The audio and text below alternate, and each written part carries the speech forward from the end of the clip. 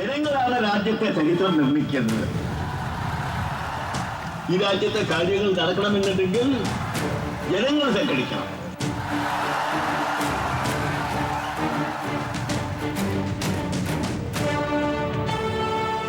ചരിത്രം ഒരു ഓർമ്മപ്പെടുത്തലാണ്, ഒപ്പം ഭാവിയിലേക്കുള്ള ഒരു തിരുത്തൽ രേഖയും.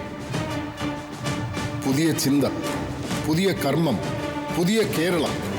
പങ്കെടുക്കൂ, അണിചേരൂ ഈ ബഹുജന മുന്നേറ്റത്തിൽ.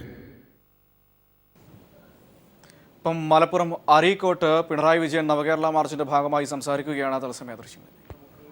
തള്ളിക്കളയാൻ കഴിയുന്ന നാട്ടങ്ങളല്ല. സാമൂഹ്യ രംഗത്തും ജീവിത നിലവാരത്തിൻ്റെ കാര്യത്തിലും നമ്മുടെ വിദ്യാഭ്യാസ മേഖലയിലും ആരോഗ്യ മേഖലയിലും എല്ലാം നാം നേട്ടങ്ങളുണ്ടാക്കിയിട്ടുണ്ട്. പക്ഷേ ഏതൊരു സംസ്ഥാനവും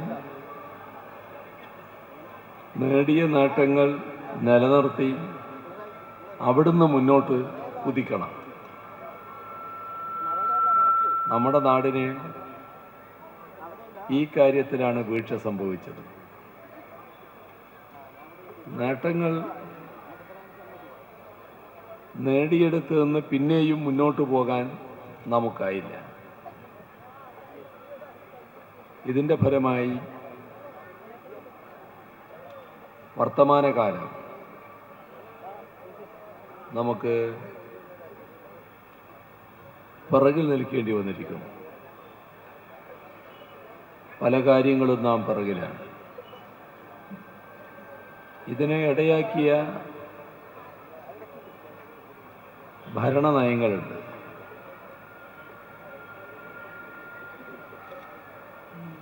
ശരിയായ ദിശാബോധമില്ലായ്മ ഇതിന് കാരണമായിട്ടുണ്ട്. നാടിനോട് പ്രതിബദ്ധതയില്ലാത്ത ഭരണാധികാരികൾ ഇത്തരമൊരവസ്ഥ സൃഷ്ടിക്കുന്നതിന് കാരണക്കാരായിട്ടുണ്ട്. ലോകത്തിൻ്റെ തന്നെ ശ്രദ്ധ പിടിച്ചുപറ്റിയ പുരോഗതിയാണ് ആരോഗ്യ മേഖലയിൽ നമുക്കുണ്ടാക്കാൻ കഴിഞ്ഞത്. എന്നാൽ ഇപ്പോൾ ആരോഗ്യരംഗം വലിയ തകർച്ചയിലാണ്. നമുക്കറിയാം, UDF ഗവൺമെൻറ് ഇവിടെ അധികാരത്തിൽ വന്നതിന് ശേഷമാണ് ഈ തകർച്ചയുണ്ടായത്. എല്ലാ ആശുപത്രികളും, അത് മെഡിക്കൽ കോളേജ് ആശുപത്രികൾ മുതൽ ഹെൽത്ത് സെൻ്റർ വരെ LDF ഗവൺമെൻറ് കാലത്ത് ഏറെക്കുറെ സ്വയം പര്യാപ്തതയുള്ളതായിരുന്നു.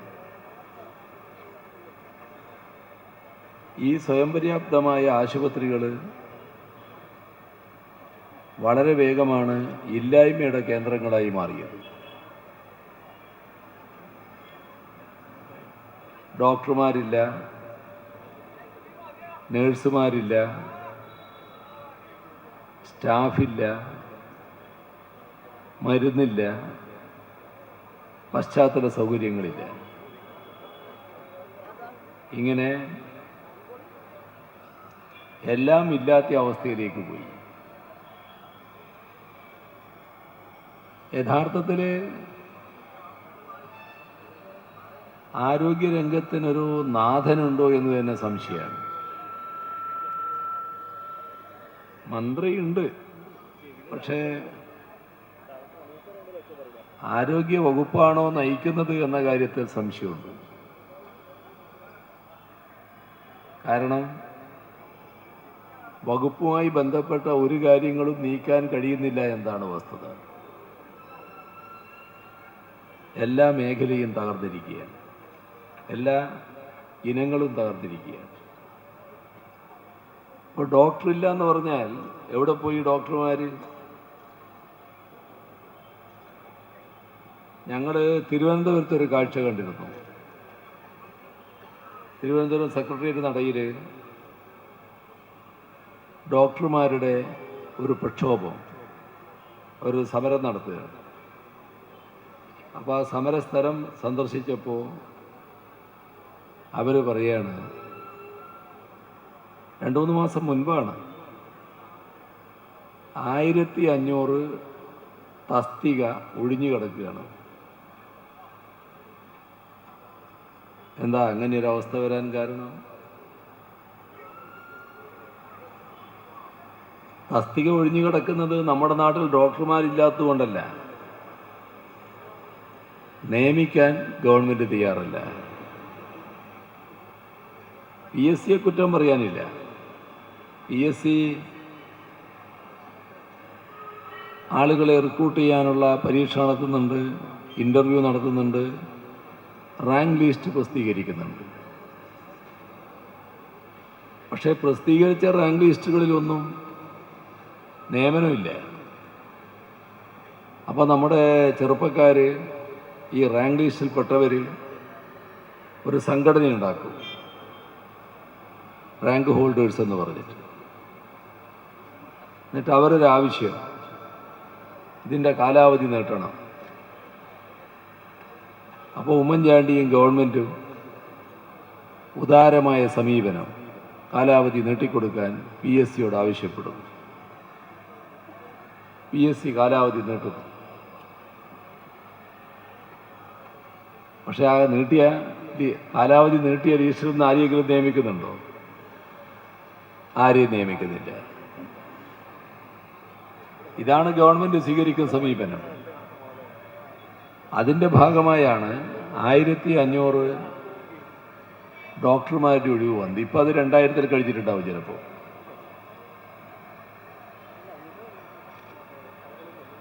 നഴ്സുമാരുടെ ഒഴിവ് ഇതേ തരത്തിൽ തന്നെയാണ്. നഴ്സുമാരുടെ ഒരു സമരമുണ്ടായിട്ട് ആ സമരസ്ഥലം സന്ദർശിക്കാൻ ഞങ്ങൾ പോയപ്പോൾ കണ്ട കാഴ്ചയുണ്ട്. അവിടെ ഏറെക്കുറെ എണ്ണം ഇത് തന്നെയാണ്. അവർ പറഞ്ഞ് 1500-ലധികം നഴ്സുമാരൊഴിവാണ്, തസ്തിക ഒഴിവാണ്. നമ്മുടെ നാട്ടിൽ നഴ്സിംഗ് കഴിഞ്ഞ എത്ര ആൾക്കാരാണ് ബാക്കി നിൽക്കുന്നത്? അങ്ങേ അറ്റത്തൊരു കൊടി വീശുന്നുണ്ട്. അത് തെറ്റായിട്ടാണ്, നമ്മളെ കൊടിയായിട്ടല്ല അത് വീശുന്നത്. പിന്നെ തെരഞ്ഞെടുപ്പ് ചിഹ്നമാണെന്ന് പറയുക, എന്നാലും ഇങ്ങനെയല്ല ആ കൊടി വേണ്ടത്. അത് താഴത്ത് പിടിക്കുന്നത് നല്ലത്. അങ്ങനെ ഉയരത്തിൽ വീശണ്ട. തെറ്റായൊരു ചിത്രം ഇങ്ങനെ കാണിച്ചുകൊണ്ടിരിക്കണ്ട. ഇപ്പോൾ വീശുന്നില്ല, അത് നല്ല കാര്യം.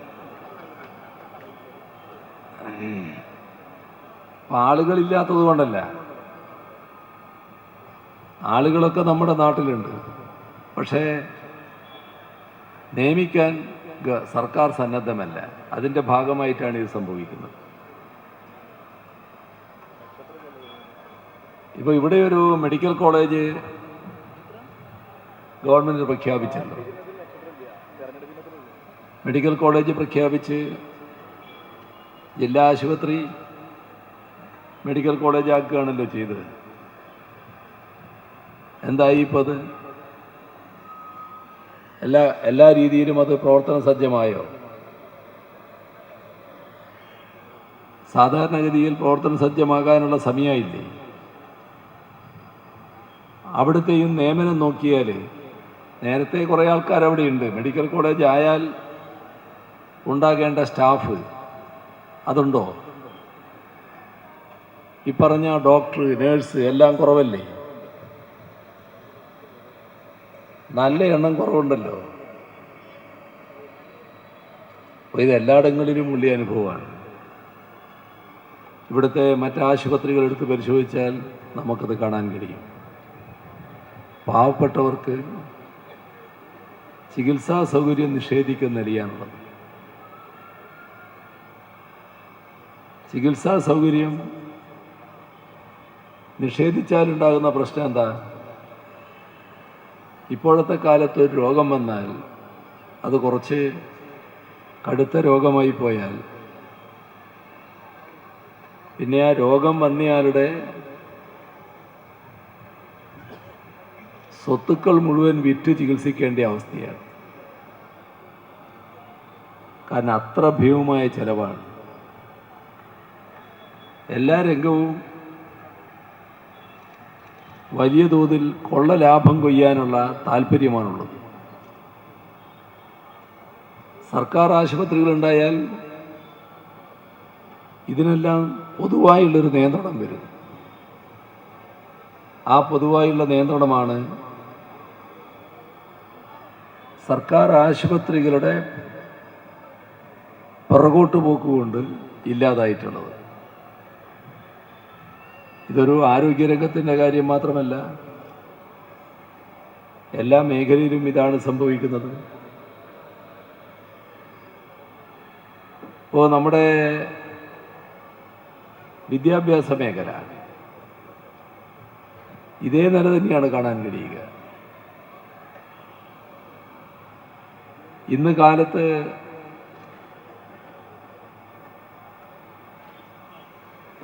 ഞങ്ങൾ മലപ്പുറത്തായിരുന്നു ഇന്നലെ താമസിച്ചത്. അപ്പോൾ മലപ്പുറത്ത് ധാരാളം സ്പോർട്സ് രംഗത്തുള്ള കായിക താരങ്ങളുണ്ടല്ലോ, അവരുമായൊരു ചർച്ചയുണ്ടായിരുന്നു ഞങ്ങൾ. അവരൊട്ടേറെ പരാതികളാണ് ഉന്നയിക്കുന്നത്. സ്പോർട്സിനെ അഭിവൃദ്ധിപ്പെടുത്താൻ സാധാരണ നിലക്ക് മലപ്പുറം ജില്ലയിലാണ് വലിയ തോതിൽ ശ്രദ്ധ കേന്ദ്രീകരിക്കേണ്ടത്. കാരണം ഇവിടെ ഇപ്പം തന്നെ അറിയപ്പെടുന്ന ഒട്ടേറെ പേരെ സൃഷ്ടിക്കാനായിട്ടുണ്ട്. പ്രത്യേകിച്ച് ഫുട്ബോൾ രംഗത്ത് സംസ്ഥാനത്ത് ആകെയുള്ള പ്രശ്നങ്ങളുണ്ട്. സംസ്ഥാനത്ത് ആകെ സ്പോർട്സ് രംഗം ശ്രദ്ധിക്കുന്നില്ല എന്നത് സ്പോർട്സ് രംഗത്തുള്ളവരുടെ പരാതിയാണ്.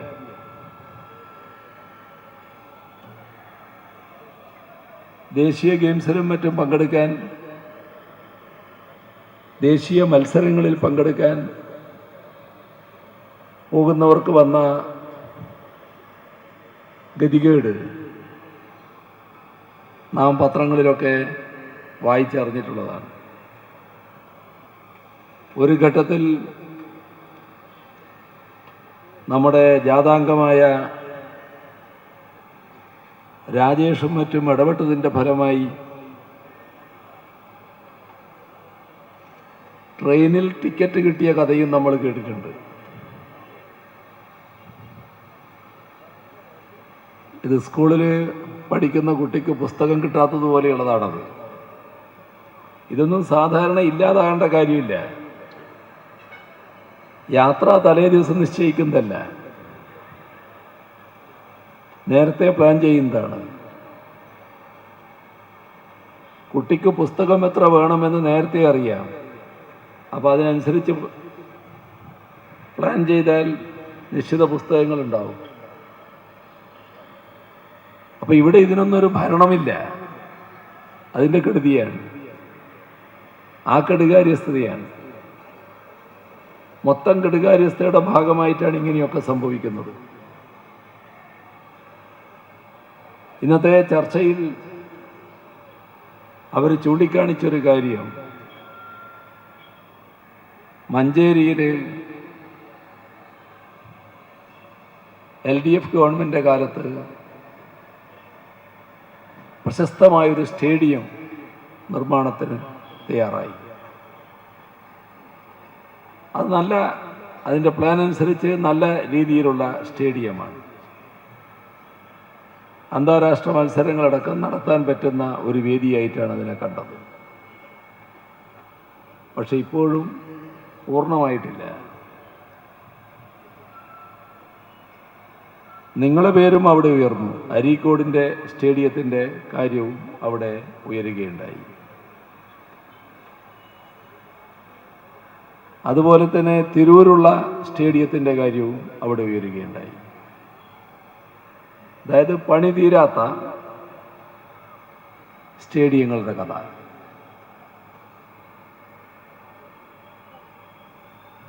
അപ്പോൾ നമ്മുടെ സംസ്ഥാനത്തെ വിവിധ ജനവിഭാഗങ്ങൾ, സ്പോർട്സ് രംഗത്തുള്ളവരടക്കം നമ്മുടെ നാടിനെ കാലോചിതമായി വികസിപ്പിക്കണം എന്ന് ഞങ്ങൾ പറയുമ്പോൾ പ്രതീക്ഷയോടെ അതിനനുകൂലമായി പ്രതികരിക്കുകയാണ്. അതാണ് ഇന്ന് കാലത്ത് ഞങ്ങൾ കണ്ട കാഴ്ച. അതിൻ്റെ ഭാഗമായാണ് അവരെല്ലാം നന്നേ കാലത്ത് തന്നെ പങ്കെടുത്തുകൊണ്ട് തങ്ങളുടെ അനുഭവങ്ങൾ വിവരിച്ചത്. അപ്പോൾ നമുക്ക് എല്ലാ രംഗവും വികസിപ്പിക്കേണ്ടതായിട്ടുണ്ട്. ഇവിടെയുള്ള ഒരു പ്രശ്നം, നമ്മുടെ യുവജനങ്ങൾ, ലക്ഷക്കണക്കിന് ആളുകളാണ് പുറത്ത് ജോലി ചെയ്യുന്നത്. നമ്മുടെ നാട്ടിൽ അവർക്ക് ജോലി സൗകര്യമില്ല. അതുകൊണ്ടാണ് അവർ പുറത്തു പോകുന്നത്. പുറത്തുപോയി ജോലി ചെയ്യുന്നതിൻ്റെ 20% പേർ പ്രവാസികളായിട്ടുള്ള ആളുകൾ, 20% പേർ ഈ ജില്ലയിൽ നിന്നുള്ളവരാണ്. നമുക്കെന്തേ നമ്മുടെ കേരളത്തിൽ ഇവർക്കെല്ലാം തൊഴിൽ കൊടുക്കാനുള്ള സൗകര്യങ്ങൾ ഒരുക്കാൻ കഴിയുന്നില്ല? ആ സൗകര്യങ്ങൾ ഒരുക്കാനാവണം. നമ്മുടെ കാർഷിക രംഗം നല്ല രീതിയിൽ അഭിവൃദ്ധിപ്പെട്ടു വരണം. വ്യവസായ മേഖലയുടെ അഭിവൃദ്ധിയെപ്പറ്റി പ്രഖ്യാപനങ്ങളുണ്ടായാൽ മാത്രം പോരാ. ഇപ്പോൾ തൊഴിലില്ലാത്തവർക്ക് തൊഴിൽ കൊടുക്കാൻ പറ്റുന്ന സ്ഥാപനങ്ങൾ ഉയർന്നു വരണം. എല്ലാ മേഖലയും കാലാനുസൃതമായി പുരോഗതി ഉണ്ടാവണം. അപ്പോൾ കാലോചിതമായ വികസനം, ഇതാണ് ഞങ്ങൾ ഉന്നയിക്കുന്ന ഏറ്റവും പ്രധാന പ്രശ്നം. ഇതോടൊപ്പം ഭരണവുമായി ബന്ധപ്പെട്ടുള്ള കാര്യം, ഭരണരംഗത്ത് പൂർണ്ണമായും അഴിമതി ഇല്ലാതാക്കാനാവണം. അഴിമതി ഇല്ലാതായാൽ മാത്രമേ ജനങ്ങൾക്ക് ഭരണത്തിൻ്റെ സ്വാദ് അനുഭവിക്കാൻ കഴിയും. LDF ഗവൺമെൻറ് വരുമ്പോൾ മന്ത്രിതലത്തിൽ അഴിമതി ഉണ്ടാകില്ല എന്ന് നാട്ടുകാർക്ക് എല്ലാവർക്കും അറിയാം. കാരണം ഞങ്ങളുടെ കൂട്ടത്തിൽ ബാബുമാരും മാണിമാരും ഉണ്ടാകില്ല എന്നതാണ്. എന്നാൽ അതുകൊണ്ട് മാത്രമാകുന്നില്ലല്ലോ. സാധാരണ ഒരാൾ ഒരു ഗവൺമെൻറ് ഓഫീസിൽ ഒരു കാര്യത്തിന് വേണ്ടി പോയാൽ അതിൽ തീരുമാനമുണ്ടാകണമെങ്കിൽ കൈക്കൂലി കൊടുക്കണം എന്ന നില വന്നാൽ അത് നമ്മുടെ നാടിന് അംഗീകരിക്കാവുന്നതല്ല. എന്നാൽ ഇതിപ്പോൾ സാർവത്രികമായിരിക്കുക, പലതിനും റേറ്റ് നിശ്ചയിച്ചിരിക്കുക. അപ്പം ഞങ്ങൾ പറയുന്നൊരു കാര്യം, ഇത് പൂർണ്ണമായി ഒഴിവാക്കണം. അഴിമതി പൂർണ്ണമായി ഒഴിവാക്കും. അപ്പോൾ നമ്മുടെ നാട്ടിലെ ചില ആളുകൾക്കെങ്കിലും ഒരു ചെറിയ ചിരി മനസ്സിലുണ്ടാവും. അതെങ്ങനെയാണ് അഴിമതി ഒഴിവാക്കാൻ പറ്റുക? കാരണം ഇത്ര വ്യാപകമായി സംഭവിക്കുകയാണല്ലോ. മാത്രമല്ല, അഴിമതിക്കാർ പുതിയ പുതിയ മാർഗങ്ങൾ കണ്ടെത്തി കഴിഞ്ഞിട്ടുണ്ട്. അപ്പോൾ ആര് വിചാരിച്ചാലും ഇവിടെ അഴിമതി ഇല്ലാതാക്കാൻ പറ്റുമോ എന്ന് ശങ്കിക്കുന്ന കുറേ ആളുകളുണ്ട്. ഞങ്ങൾക്ക് ആ കാര്യത്തിൽ ഒന്നേ പറയാനുള്ളൂ, ഒരു സംശയവും വേണ്ട, നമുക്ക് പൂർണ്ണമായും ഈ സംസ്ഥാനത്ത് തുടച്ചു നീക്കാം. വില്ലേജ് ഓഫീസ് മുതൽ സെക്രട്ടേറിയറ്റ് വരെ അഴിമതി വിമുക്തമായ ഒരു ഭരണ സംവിധാനം ഈ കേരളത്തിൽ നടപ്പാക്കാം. എങ്ങനെ? ഭരണ നടപടികൾ സുതാര്യമാവണം, തീരുമാനം സമയബന്ധിതമാവണം. ഒരു കടലാസ് കൊടുത്താൽ ആ ഹർജിയുടെ മേലെ തട്ടിക്കളിക്കരുത്. നിശ്ചിത സമയമുണ്ടാവും അതിന്. ആ സമയത്തിനുള്ളിൽ തീരുമാനമുണ്ടാകണം. അങ്ങനെ അഴിമതി വിമുക്തമായ ഒരു സംസ്ഥാനം ഇവിടെ സാധ്യമായ കാര്യമാണ്. ഈ തരത്തിലൊരു കേരളം രൂപപ്പെടുമ്പോൾ അതിൻ്റെ സ്വാദ് ശരിയായ രീതിയിൽ നമുക്ക് അനുഭവിക്കണമെങ്കിൽ നമ്മുടെ നാട് ഇന്നുള്ള ഇതേ രീതിയിൽ നിലനിൽക്കണം. എന്ന് പറഞ്ഞാൽ ജാതിഭേദവും മതദ്വേഷവുമില്ലാതെ എല്ലാവരും സോദരത്വേന വാഴുന്ന നാടാണിത്. ഇതിങ്ങനെ തന്നെ നിലനിർത്താനാവണം. ഇത് തകർക്കാനുള്ള ഒട്ടേറെ ശ്രമങ്ങൾ നടക്കുന്നുണ്ട്. ആ ശ്രമങ്ങൾ ഗൗരവമായി എടുക്കണം. വർഗീയ ശക്തികളാണ് അതിലിടപെടാൻ നോക്കുന്നത്. വർഗീയ ശക്തികളുടെ ആ നീക്കത്തെ ശക്തമായി നേരിടേണ്ടതുണ്ട്. ഇക്കാര്യത്തിൽ കേരളത്തിൻ്റെ മതനിരപേക്ഷ മനസ്സ് ശരിയായ രീതിയിൽ തന്നെയാണ് ഇപ്പോൾ പ്രതികരിക്കുന്നത്.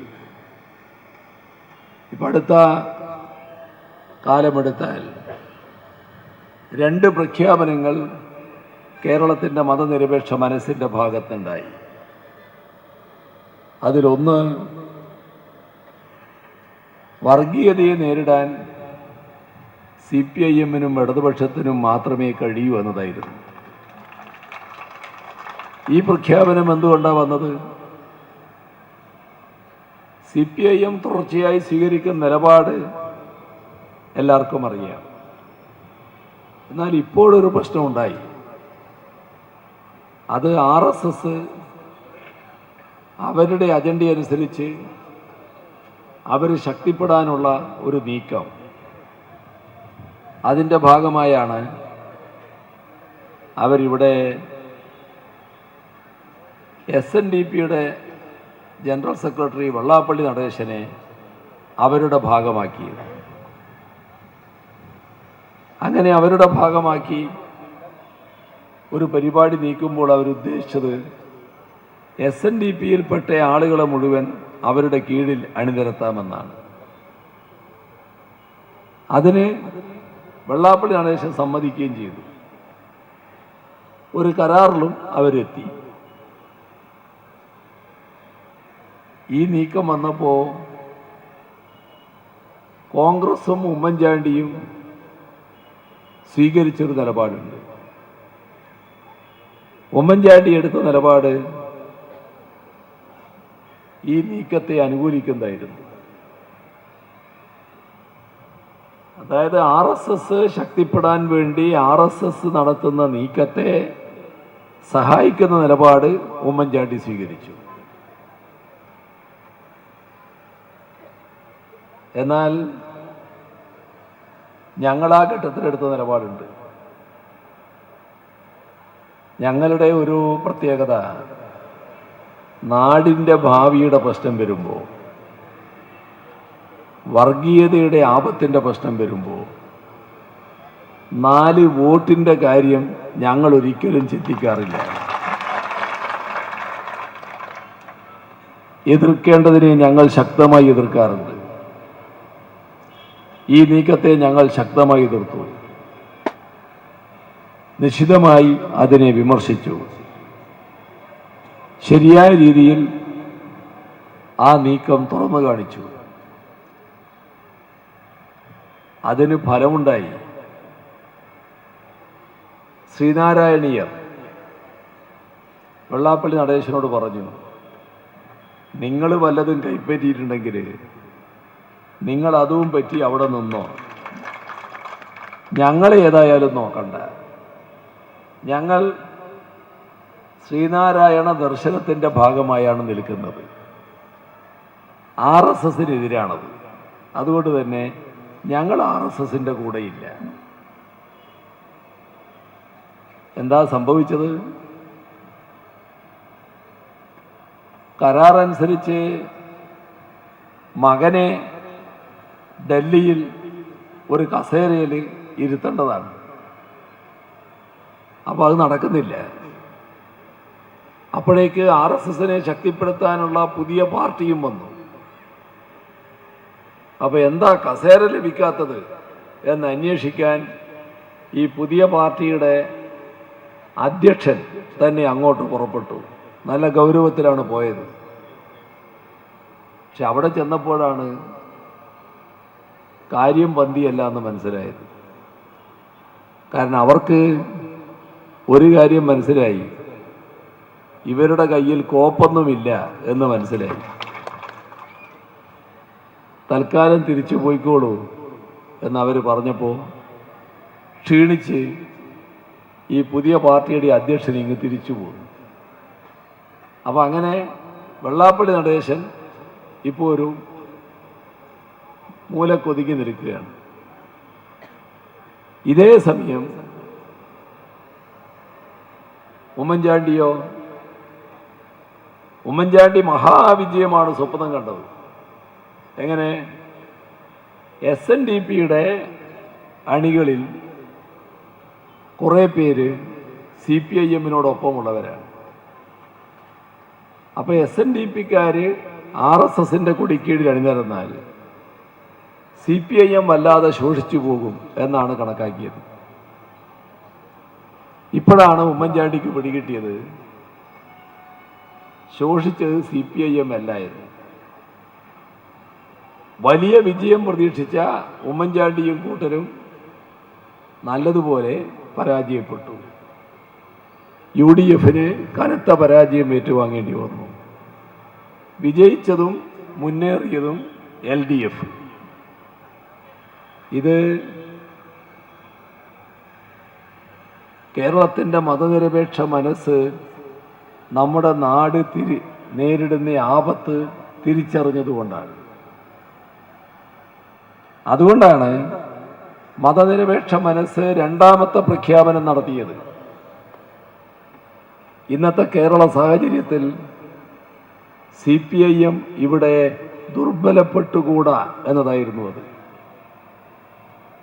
അപ്പോൾ മതനിരപേക്ഷത തകർക്കാനുള്ള ശ്രമമുണ്ടെങ്കിലും മതനിരപേക്ഷ മനസ്സ് കാണിക്കുന്ന ജാഗ്രത മതനിരപേക്ഷതയെ സംരക്ഷിക്കാനാകും എന്ന് തന്നെയാണ് വ്യക്തമാക്കുന്നത്. ഇതെല്ലാം കൂടി ചേർത്തുകൊണ്ടാണ് മതനിരപേക്ഷ മനസ്സ് എന്ന് പറയുമ്പോൾ CPIM മാത്രമല്ല, ഈ കേരളത്തിലെ ഭൂരിപക്ഷ ന്യൂനപക്ഷ വിഭാഗങ്ങളിൽപ്പെട്ട മഹാഭൂരിപക്ഷം പേരും മതനിരപേക്ഷ ചിന്താഗതിക്കാരാണ്. ആ മതനിരപേക്ഷ ചിന്താഗതിക്കാർ വർഗീയതയ്ക്കെതിരായ നിലപാട് സ്വീകരിക്കണം. അതോടൊപ്പം വർഗീയ ശക്തികളെ താലോലിക്കുന്നവരെയും ഒറ്റപ്പെടുത്തണം. ഈ നില നല്ലതുപോലെ മതനിരപേക്ഷ മനസ്സിൽ ഉയർന്നു വരുന്നു. ഞങ്ങൾ ഈ മാർച്ചിൻ്റെ ഭാഗമായി ഇതെല്ലാം കൂടി ചേർത്തുള്ളൊരു മുദ്രാവാക്യമാണ് ഉയർത്തുന്നത്. അതാണ് മതനിരപേക്ഷ അഴിമതി വിമുക്ത വികസിത കേരളം എന്നത്. അത്തരത്തിലൊരു കേരള സൃഷ്ടിക്കായാണ് നാം ശ്രമിക്കുന്നത്. ഇതിൽ ആരും ശങ്കിച്ചു നിൽക്കേണ്ടതായിട്ടില്ല. ഇത്തരമൊരു കേരളം സൃഷ്ടിക്കാനാകുമോ എന്ന സംശയം വേണ്ടതില്ല. നാം പരമാവധി പിന്നോട്ട് പോയി കഴിഞ്ഞു. ഇനി പിന്നിലോട്ട് പോയാൽ പിന്നെ നമുക്ക് രക്ഷപ്പെടാനാകില്ല. ഇവിടെ നമുക്ക് പിന്നോട്ട് പോക്ക് തടയാനാവണം. അതോടെ വികസനത്തിൻ്റെതായ വൻ കുതിപ്പിലേക്ക് നാം പോകണം. ഇത് സാധ്യമായ കാര്യമാണ്. നമുക്ക് ഈ നാടിനെ പുനർനിർമ്മിക്കാം, കാലാനുസൃതമായി വികസിപ്പിക്കാം. ഇതാണ് ഞങ്ങൾ കേരളത്തിലെ ജനങ്ങളുടെ മുന്നിൽ ഉയർത്തുന്നത്. അതുകൊണ്ടാണ് എല്ലാം കൂടി ചേർത്ത് മതനിരപേക്ഷ, അഴിമതി വിമുക്ത, വികസിത കേരളം എന്ന മുദ്രാവാക്യം ഞങ്ങൾ ഉയർത്തിയിരിക്കുന്നത്. ഇതാണ് ജനങ്ങളോട് ഞങ്ങൾ അഭ്യർത്ഥിക്കുന്നത്. നാടിനെ സ്നേഹിക്കുന്ന, നാടിൻ്റെ ഭാവിയിൽ താല്പര്യമുള്ള എല്ലാവരും പുതിയ കേരളത്തിൻ്റെ സൃഷ്ടിക്കായി, നിർമ്മിതിക്കായി, പുനർനിർമ്മാണത്തിനായി അണിനിരക്കുക. അതിനായി എല്ലാ സഹകരണവും നൽകുക എന്ന അഭ്യർത്ഥനയാണ് ഞങ്ങൾ ജനങ്ങളുടെ മുന്നിൽ വെക്കുന്നത്. ഇവിടെ ഈ മാർച്ചിന് നിങ്ങളൊരുക്കിയ ഗംഭീരമായ സ്വീകരണത്തിന് കൃതജ്ഞത രേഖപ്പെടുത്തിക്കൊണ്ട് അവസാനിപ്പിക്കുന്നു. അഭിവാദ്യം.